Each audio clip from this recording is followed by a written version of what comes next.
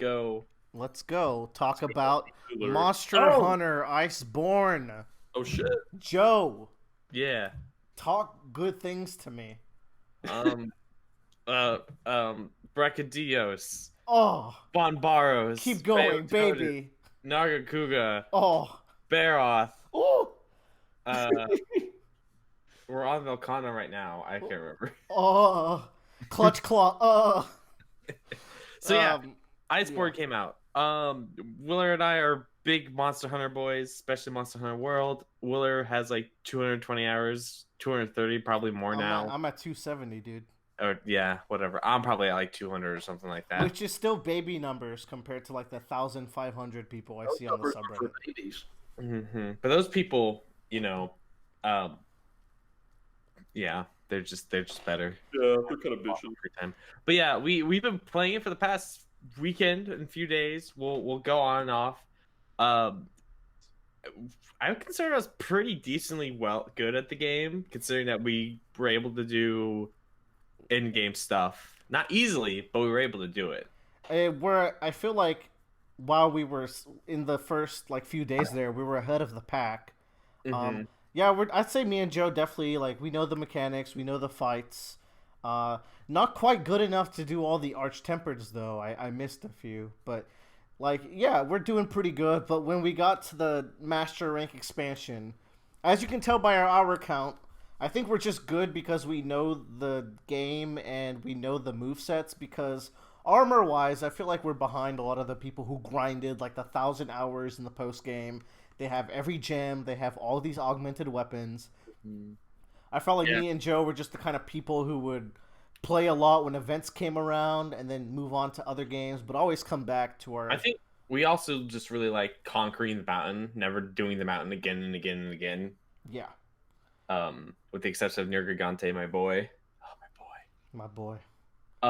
But yeah, so no, Iceborne came out. It's added a lot of previous, well-known, monsters from Monster Hunter, and like it's kind of funny because I can immediately tell because I played Try. I think I got to like really like to the end of low rank in Try, and then I've been playing Generations more, so I really didn't get to like play the big like heavy hitter monsters that everyone loves.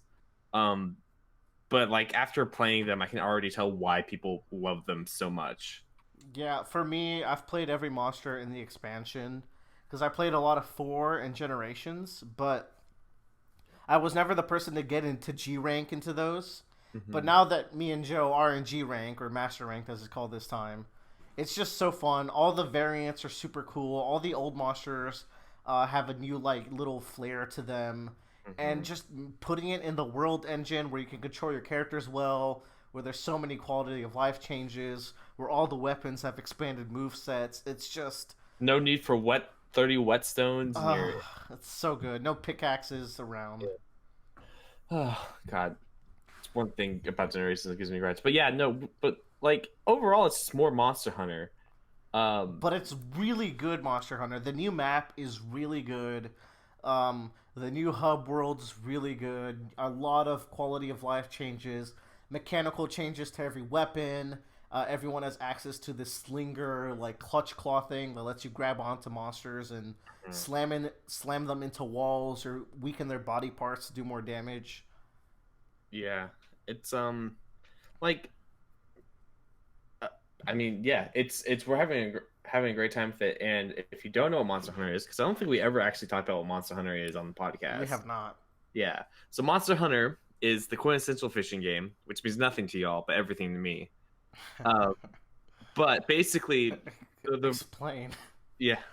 So basically, the fundamental loop of Monster Hunter is you want to get better armor. To do that, you have to figure out which monster you want to hunt, and to do that, to hunt that monster, you need to figure out its weaknesses and its vulnerabilities and strengths. And its move set, most It's importantly. Each one and has move its sets. patterns that you gotta learn. So before you go out and hunt a monster, you have to prepare a lot to go hunt a monster, especially in this like master rank G rank. Like Willer and I spent like 40 minutes preparing for one monster because he had knocked us out like 2 or 3 times. We're like, all Yeah. right, we need to really think this through and think about our strategy. And then it happened again with the next monster, basically. Yeah. and so it's a great loop of just preparation, doing and then like seeing the results. And Monster Hunter is able to have that and has that in so many different layers. Where during the fight itself, you're realizing what the monster is doing and how you need to change your attacks and movesets based on the weapon you have. And then meanwhile, you're in the hub world, you're thinking about like what I need to do to prepare for the next monster I'm going to fight. And then the bigger scale of that is thinking like, here's what I want to make. Here are the monsters I need to fight. How do I want to tackle this like roadmap of getting to what I want ultimately, and then bigger map of like, here's the big challenging thing that's in front of me.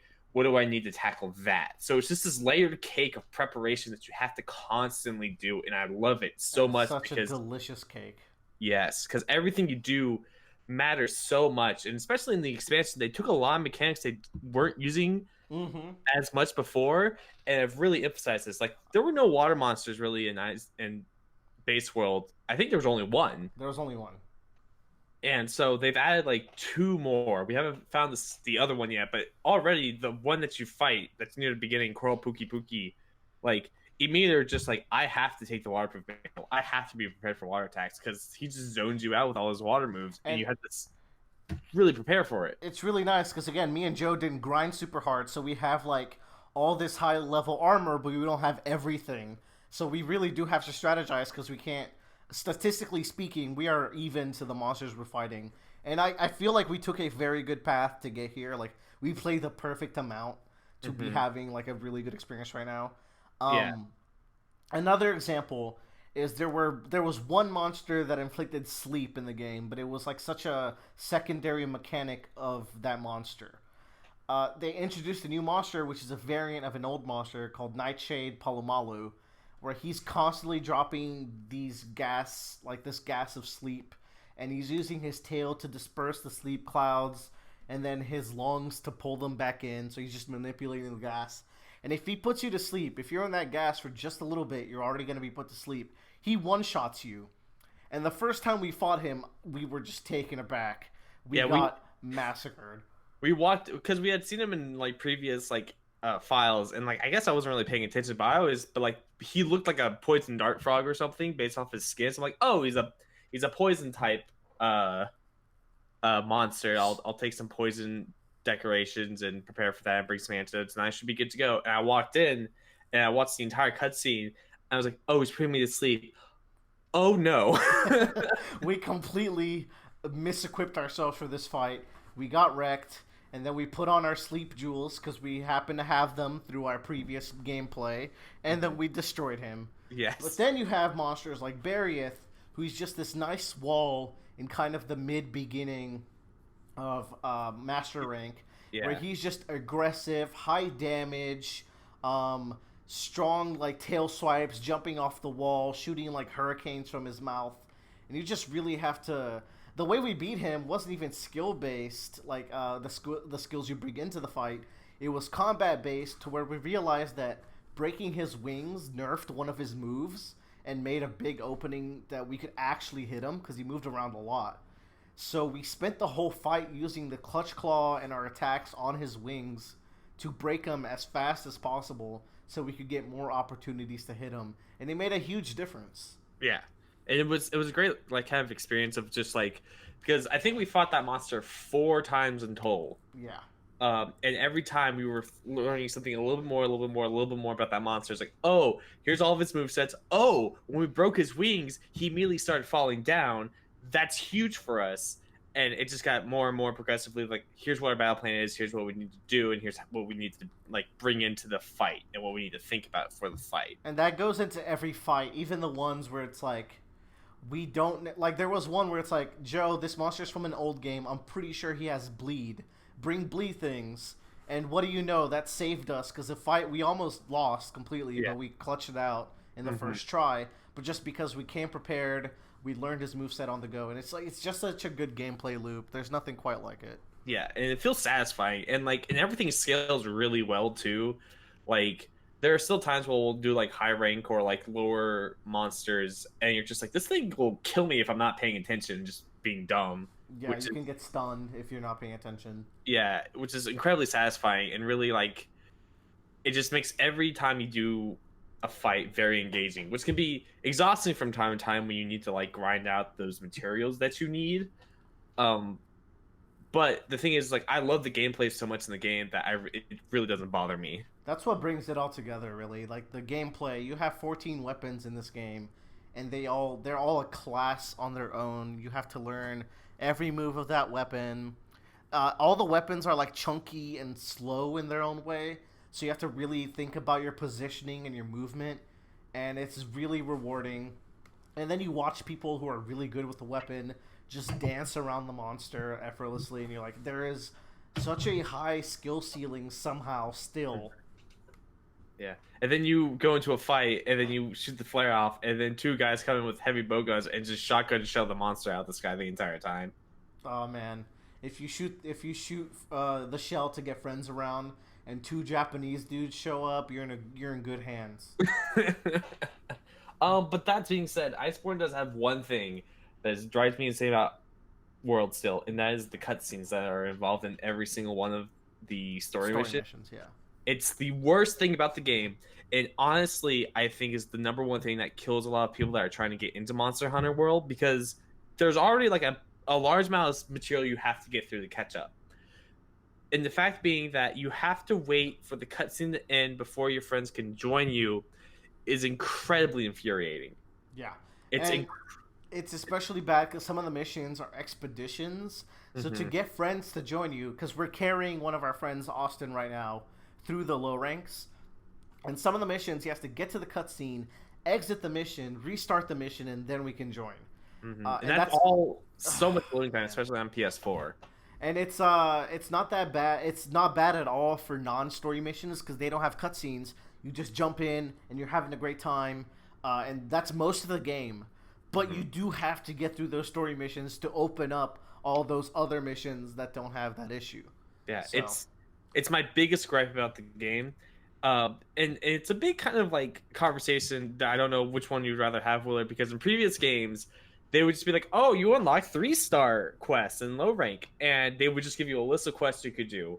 And there was a specific list of quests you had to complete, and sometimes in certain orders, in order for you to unlock the next rank of quest or the the urgent quest or the new whatever. system is way better because you had no idea what the urgent quests are. You had to Google them every time. Hmm.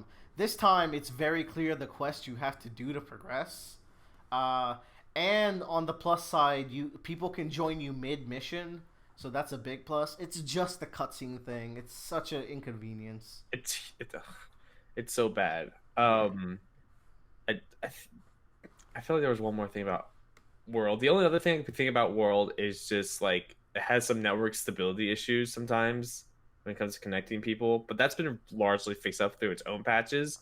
The new area is great. I didn't like it at first, the layout, and then after like sitting around and running through it a lot more, I was like, oh, I like this the way it's laid out a lot more.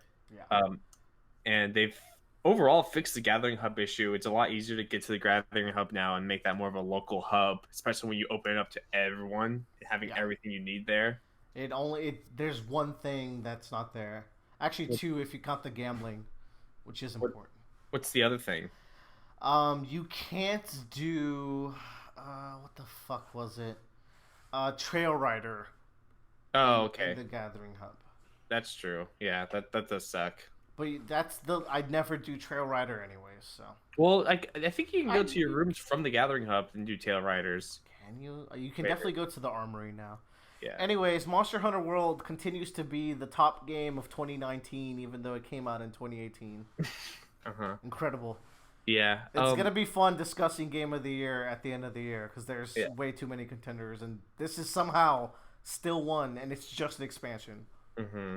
Like, Game of the Year, Kirby Clash something. I don't even You know remember for the name. okay, I know you know for a fucking fact No, it's not that good. it doesn't break top 20, No, it doesn't. but it's a cute game. it's just Monster Hunter but Kirby. Honestly, Except it controls really weird, but it's very cute. Um, I think that's good for World. I'm excited to play this right after the podcast. That's what I'm waiting for. Okay. Yeah. Yeah.